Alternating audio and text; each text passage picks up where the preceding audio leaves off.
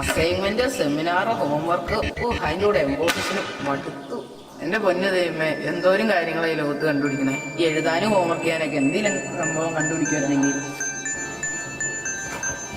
എന്താടാ, എന്ത് പറ്റി? എന്റെ പൊന്നട എഴുതി എഴുതി മടുത്തു.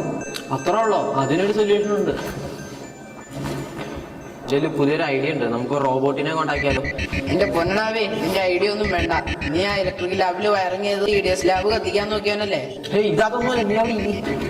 ഇത് വർക്കൗട്ട് ആവുന്ന ഐഡിയാടാ. ഇത് ഹോംവർക്ക് എഴുതും, നോട്ട് എഴുതും, അസൈൻമെന്റ് എഴുതും, എഴുതും. അതും എഴുതും. സംഭവം എന്നാ പിന്നെ ഞങ്ങളുണ്ട്.